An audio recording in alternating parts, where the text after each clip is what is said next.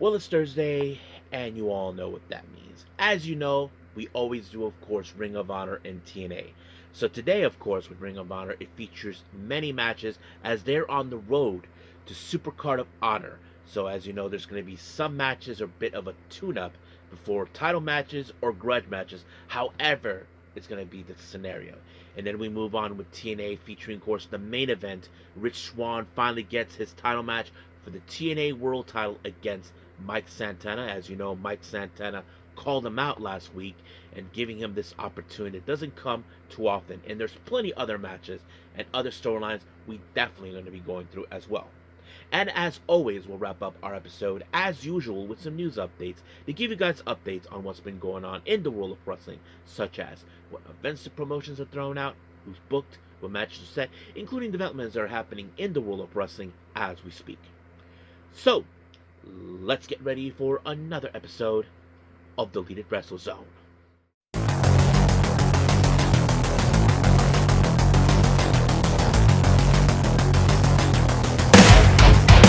Are you ready? Get up, get up! Get up, get up! Get up, get up! Get up, get up! Get up, get up! Get up, get up! Hey everyone, welcome to the Deleted Wrestle Zone, all things that is pro wrestling, such as, of course, from AEW, NXT, New Japan Pro Wrestling, TNA, the National Wrestling Alliance, various promotions, wrestlers, matches, and championships. I am your host, J-Rod here. So, if you are new to the channel, welcome. This is a channel we do a lot of pro wrestling reviews from various promotions, not only here in the United States, but also in Japan, Mexico, Canada, Europe, the UK. In the world, pro wrestling is not as big, but it continues to grow. We also, of course, do discussion videos, talk about various topics such as the wrestlers themselves, the promotions, factions, storylines, whatever we want to talk about. We also, of course, do more news updates. If certain information is unable to be on this episode, we can either put it on the next one or on a separate video by itself. We also, of course, do real-time news updates to keep you guys on alert if something has happened in the world of wrestling that needs to be addressed ASAP. We also, of course, got the Unagi Sayaka Watch and various other cool wrestling content as well. So if you like what you see, please subscribe to us and click on that subscribe button. You'll be getting a lot of daily reviews and other cool wrestling content as well. But if you like this episode, please give us a like on the like button or a nice comment in the description down below. Now, enough with the jibber jabbers. Let's get started. So as I said, it's Thursday, so let's begin with Ring of Honor.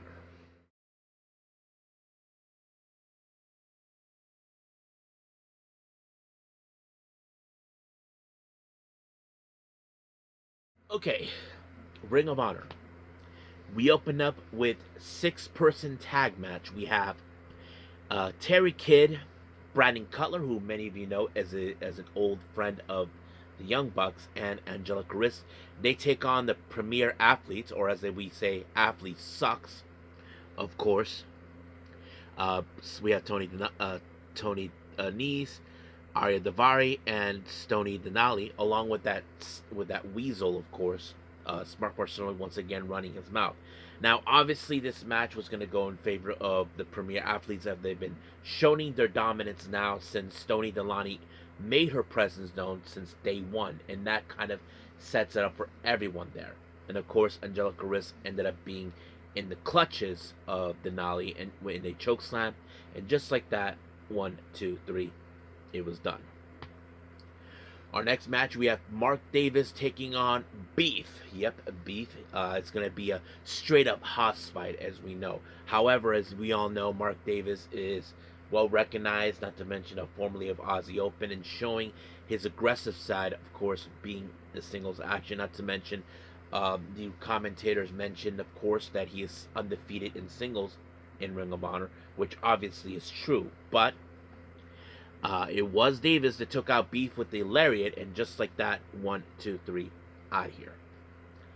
Our next match, we have MXM TV, consisting, of course, of Mansoor, Mason Madden, and Johnny TV, taking on Keegan Garland, Angel Fashion, and Main Man Oro. Now, for those who don't know, Main Man Oro, you remember him as Oro Mensa back um, in WWE, mostly in NXT and all that, so he's in it. However, another name I did not know, it turns out, is Keegan Garland. For those who don't know who he is the son of Scotty 2 Hotty, of Too Cool. Yeah, the same Scotty 2 Hotty you remember who did the Worm. And, uh, spoiler alert, he actually does the Worm too. Like father, like son. I did not anticipate that. But yeah, I mean, it was a pretty interesting matchup, not to mention but of course, because there was the under talent, they were gonna lose, and NMXM did pull it off when, unfortunately, Garland ended up in the wrong side of the centerfold, and just like that, pinned by Mansoor. 1, 2, 3, it was over. Now, Caprice Coleman, as you know, did an interview with Lee Moriarty. Now, of course, Lee Moriarty, he has observed certain situations that Lee Moriarty has been caught on. Now, for those who don't know, Lee Moriarty has always played as the more respectable wrestler, as the pure wrestling champion. However, Shane Taylor, well, try to show the world that I am the bad man. I don't give a damn what you guys think. You deserve an ass beating, and that's what Lee Moriarty does not like about him. I mean, he appreciates him being a mentor to him, but he does not appreciate the fact about how things. So he understands where Shane Taylor come from, and that's what. But sometimes he wants to go on his own and try to build his own art form and that sort of thing, and it makes perfect sense. So he can distinguish himself from being aggressive, and of course, Shane Taylor what he does. But that's pretty much what he. But of course, he will always respect him. Now, our next match is a pure wrestling rules match, Diamante versus Rachel Ellering. It was now confirmed now for Supercard of Honor that Diamante will be challenging Deonna Purrazzo for the pure women's title. As you know, this is something that Athena, as you know, she felt that our Ring of Honor has been defiled by Deonna Purrazzo, who took a title that she felt doesn't belong to her, period. And now she wants to take it. But of course, we have been seeing Diamante, of course, try to use whatever move that what's her name, Deonna would use, and that kind of sets it up. But Diamante actually did pull it off when she applied an ankle lock on Rachel Ellering, and just like that, she tapped out. Now, we have the full force of the frat house: Jack Jameson, Griff Garrison, Cole Carter, and Preston Vance taking on a very interesting combination, the Colognes, Eddie and Orlando, and they team up with Spanish Announce Project, Angelico and Serpentico. And what's interesting is this: all four people can speak Spanish, but only three of them are Puerto Rican. If you guys probably can guess, yes, the Colognes are Munda. And you probably say, who's Puerto Rican between Angelico and Serpentico? Well, we all know Angelico is South African, but it's Serpentico for those who don't know it, if you know his backstory. So it makes perfect sense, and they really pulled it off. I have to say, the Colognes and Shane and Spanish Announce Project. But in fact, we did see Serpentico applied a submission, and then later it was Angelico who was the legal person that applied the Navarro lock onto Jack Jameson, and just like that, Jack Jameson had no choice but to tap out. Now, our next match, we have Billy Starks versus Hyan. I'm sure Hyan, we all see what she can do in the ring as a singles competitor. But Billy Starks, as you know, has been told she will be involved in the, of course, for the Ring of Honor Women's title, which is something we know she's been aimed. But the real problem we ask ourselves, will she once again give in to Athena's power, remaining that way? That's exactly what's happening. And of course, we would have assumed that Hyan would have picked up the win, but no. Billy Starks, with her usual attitude and all that, played out, and then she applied the hammerlock pile driver, and just like that, 1, 2, 3, Billy Starks picked up the win. Now, our main event, we have Swirl, Lee Johnson, and Blake Christian taking on Adam Priest and Tommy Billington. Now, as you know, all four of these guys have a shared connection with Jay Lethal.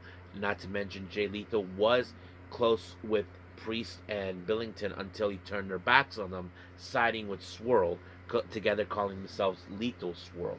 And of course, Billington and Priest are determined to beat the crap out of them in every way possible. But however, it was the swirl stomp onto Priest that allowed them to win. And just like that, 1, 2, 3, it was over. So that's how she wrote, folks. So that's what really happened. So we'll see what goes on then. So we'll see what happens next week as we head to Supercard of Honor. But right now, let's end it here and move on with TNA.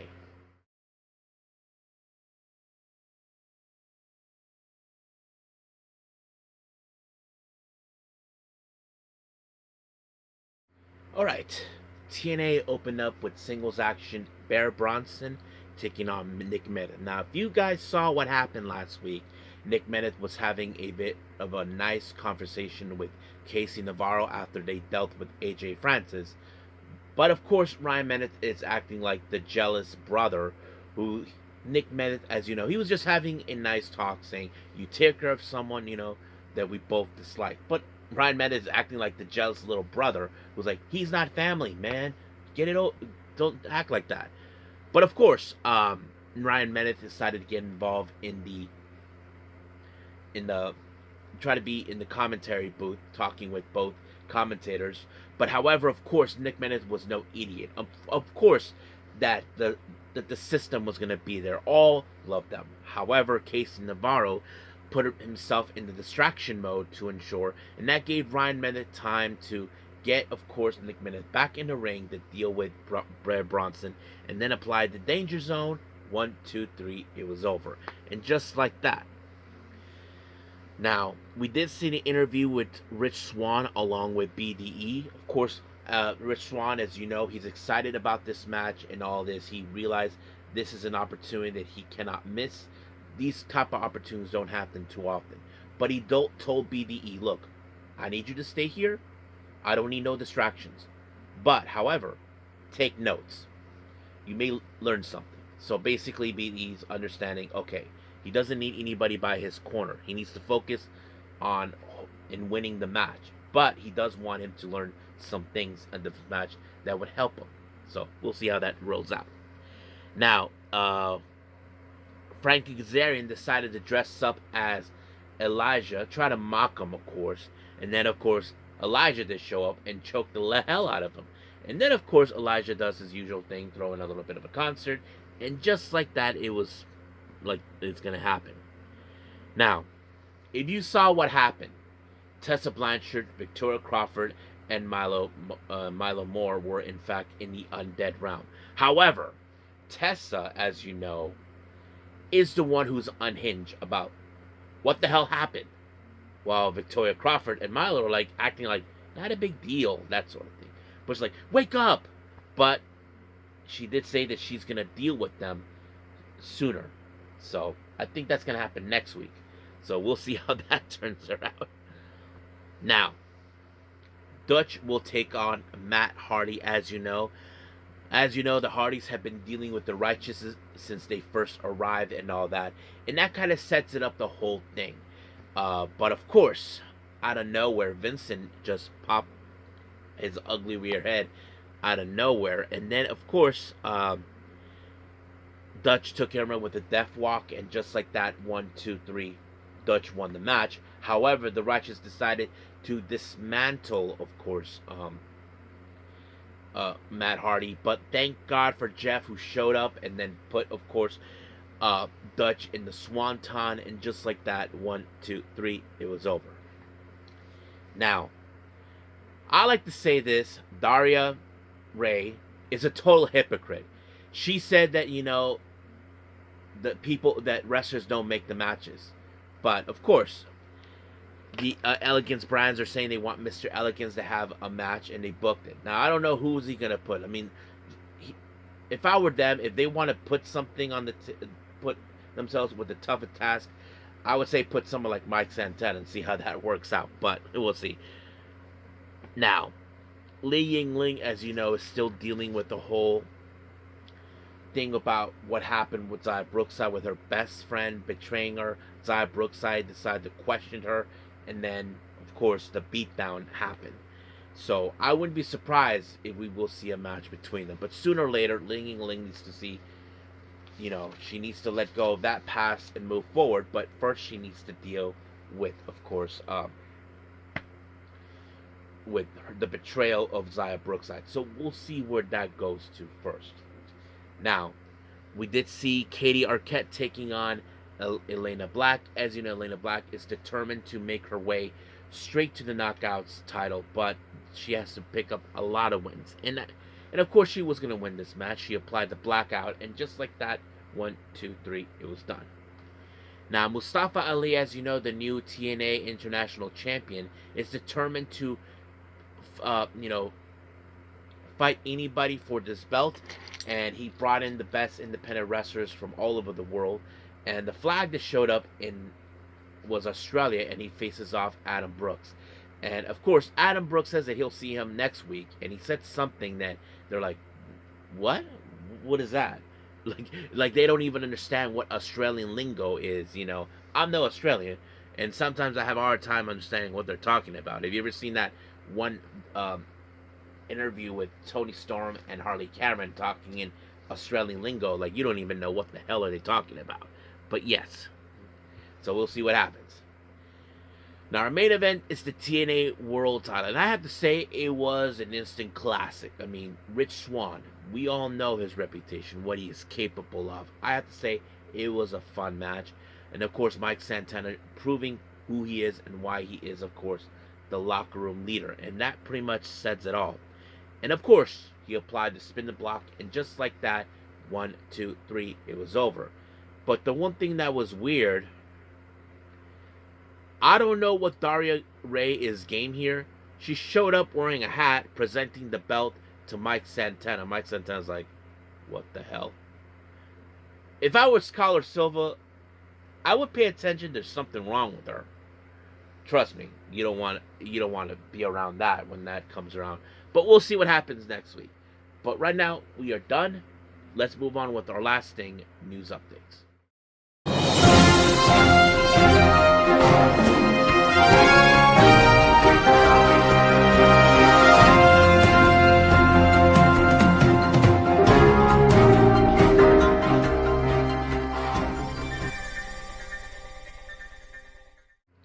Okay, so welcome to our news update. So, as of today, we don't have no developments whatsoever, but we do have upcoming events. And we have, of course, let's begin with GCW updates, of course. As you know, we're almost close to the start of May. May 1st, as you know, they will be in Maryland, of course, for the first time for Express Lane. They just announced another match. Matt Tremont will team up with the Rejects, consisting of Reed Bentley and the Duke of Hardcore, John Wayne Murdoch. They'll take on Mr. Danger, Little Sicko, and Nino Extremo. And then, of course, as you know, the following day, they'll be making their way to the ECW Arena for one night only on the 2nd of April. Joey Janela will take on Vipers.